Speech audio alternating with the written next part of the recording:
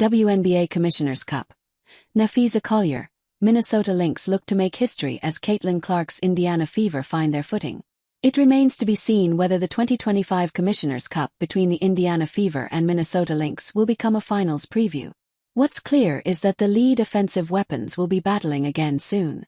The Fever's Caitlin Clark and Lynx's Napheesa Collier head into the 5th annual Cup final as all-star captains and will draft their teams in the coming week. That will be an exhibition, a weekend to let loose and enjoy a brief break in the marathon that is the WNBA regular season. This, on Tuesday night, is business, an opportunity to bank cash and make a statement.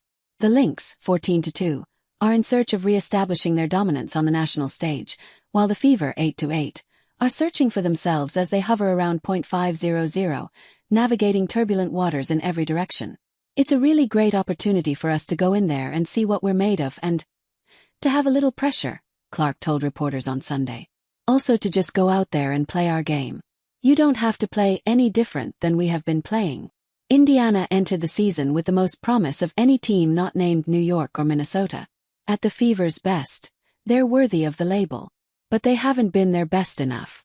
Clark missed 7 games and is day-to-day with a groin injury heading into the Cup championship. She's mired in a shooting slump, unable to hit from deep and often barely finding room to attempt it as teams pick her up the length of the court with blitzes. She's hitting 29.5% of her three-point attempts, a double-take number in the wrong way. Despite the low efficiency, her budding chemistry with Aaliyah Boston is near full form, and they're one of the most dangerous duos in the league. The third-year center is averaging a career-best 15.7 points per game, hitting a higher efficiency of shots than all but 2 players, 59.7%. Kelsey Mitchell, far too used to carrying the offensive burden in Indiana, is taking over, averaging 26 points over the last 3 games. Nearly half are on a scorching 59.1% mark from three-point range. None of that fully staved off fourth-quarter collapses last week to Golden State and Las Vegas. Through the league's first quarter, those two are the Fever's competition for the playoffs, rather than the league's very best. It's a gut check to see where we are and what we need and how we need to be to make a playoff run, Mitchell said. For us, it's about taking this opportunity and not just shirking it off and just kind of be prepared for the moment. It is the first title-winning environment this young group has been in together, and the first Cup Finals berth for the franchise. That always holds special meaning, head coach Stephanie White said. Once again, the Fever's lack of experience is stark compared to their opponents. The Lynx are out for history. No team has won back-to-back Cup championships after the Aces and Liberty each lost in their second year in the Cup Finals.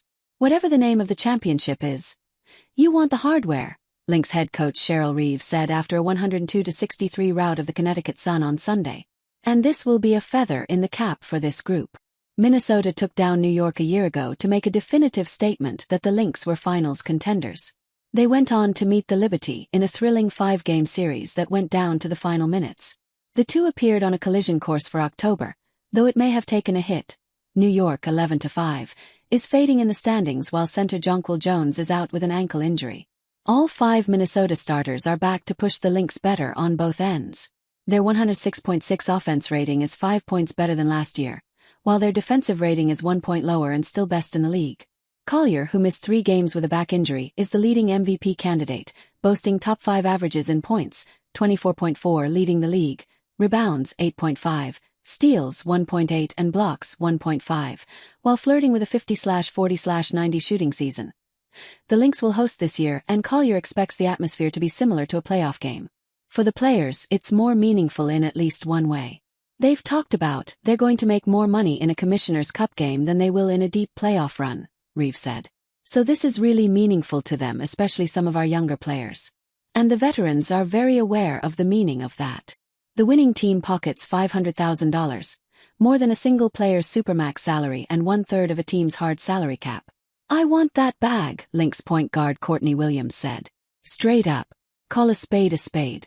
We gonna get that money.